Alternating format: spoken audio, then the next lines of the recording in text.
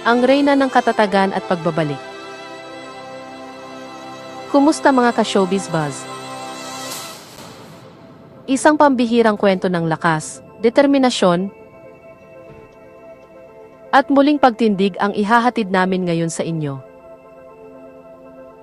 Sa likod ng korona ng Miss Universe Philippines 2025 ay hindi lang basta isang mukha ng kagandahan,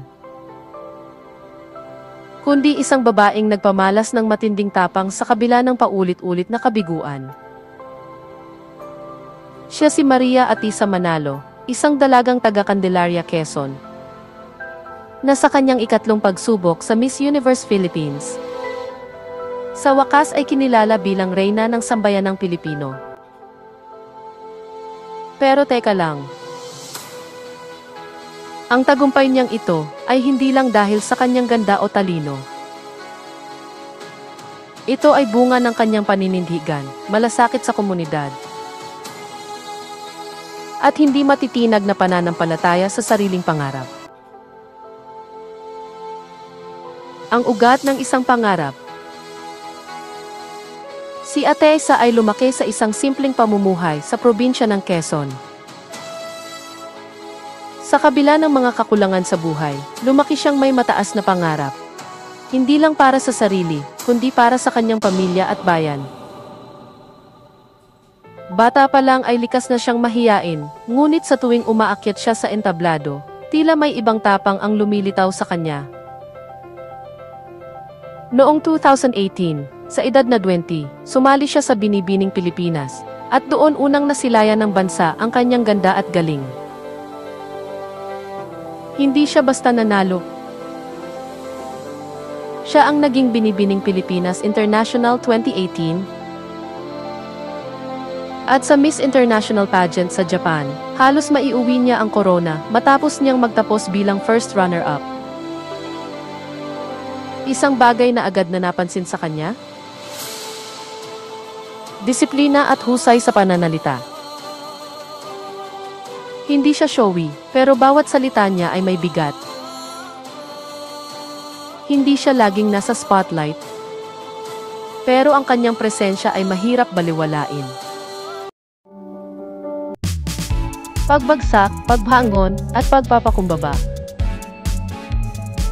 Matapos ang kanyang matagumpay na pagsabak sa international stage, pinili muna niyang lumayo sa spotlight. Nagtayo siya ng negosyo, nagtrabaho, at muling binalikan ang tahimik na buhay.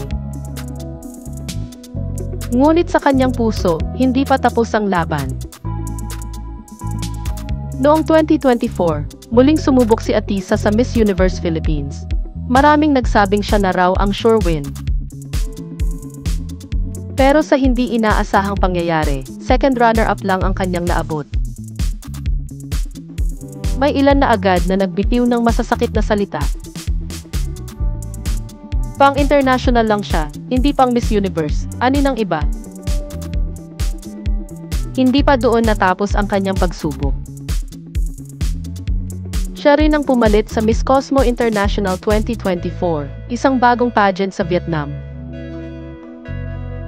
Ngunit sa kalagitnaan ng rehearsals, nadulas siya sa stage at nagtamo ng sprained ankle. Sa kabila ng injury, hindi siya umatras. Lumaban siya hanggang dulo at nagtapos sa top 10. Isa lang ang masasabing mensahe sa kanya noon. Kahit nasasaktan, tuloy ang laban.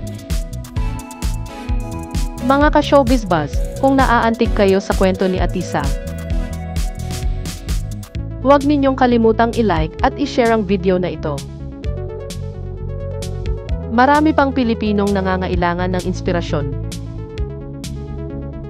At ang kwento ni Atisa ay isa sa mga pinakamagandang paalala na ang kabiguan ay hindi wakas, kundi bahagi ng tagumpay. Mag-subscribe na rin kayo para sa mas marami pang kwento ng pag-asa. Ang pagbabalik ng reyna. At ngayong 2025, ang ikatlong beses na pagsali ni Atisa sa Miss Universe Philippines. Hindi lamang siya bumalik na mas handa, kundi bumalik na may puso para sa misyon.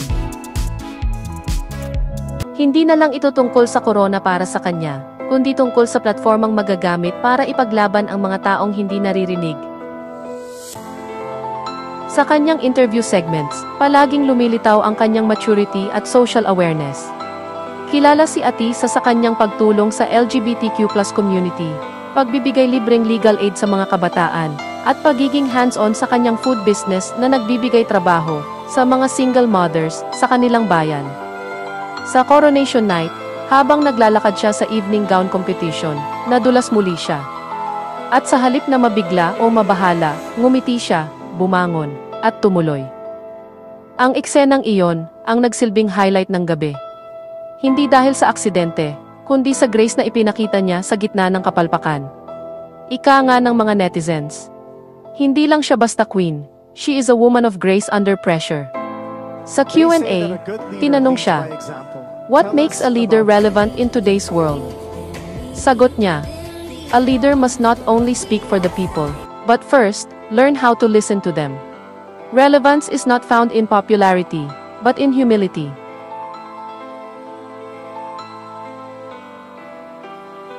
Inspirasyon ng bagong henerasyon. Si Atisa ay larawan ng modern Filipina, intelligent, compassionate, elegant, at grounded. Sa gitna ng makabong pamumuhay, dala pa rin niya ang mga ugali ng isang tunay na Filipina. May malasakit sa kapwa, may dangal sa salita, at may pananampalataya sa Diyos.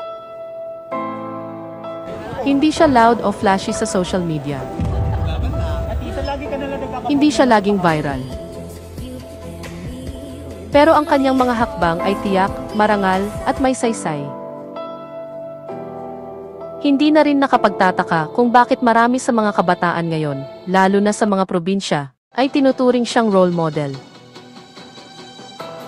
Isa siyang patunay na kahit hindi ka big name sa simula, pwede kang magsimula sa ilalim at makarating sa tuktok. Basta't may disiplina at pananalig.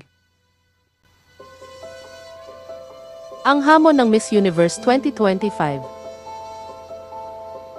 Ngayon ay haharapin na ni Atisa ang isa pang laban. Ang Miss Universe pageant sa Thailand ngayong November.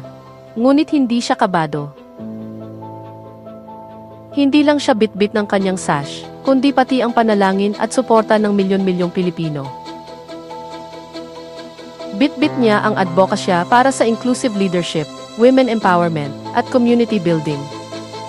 At sa bawat salita niya, mararamdaman mong hindi lang siya sinanay para sa entablado. Isinilang siya para sa isang mas malaking layunin. Mga ka-showbiz buzz, sa bawat pagkadapa ni Atisa, mas tumibay siya. Sa bawat pagkatalo, mas naliwanagan siya. At sa bawat hakbang, mas lumalapit siya sa kanyang misyon. Hindi lang para manalo ng corona, kundi para magbigay inspirasyon. Kung na-inspire ka sa kanyang kwento, i-share mo ito. I-comment mo kung ano ang pinaka-natutunan mo sa buhay ni Atisa. At huwag mong kalimutang i-like ang video at mag-subscribe para sa mas marami pang kwento gaya nito. Dahil minsan, ang pinakamagagandang reyna ay hindi agad nakoronahan sa unang pagsubok, kundi sa ikatlo, kung kailan pinakakailangan na nilang magtagumpay.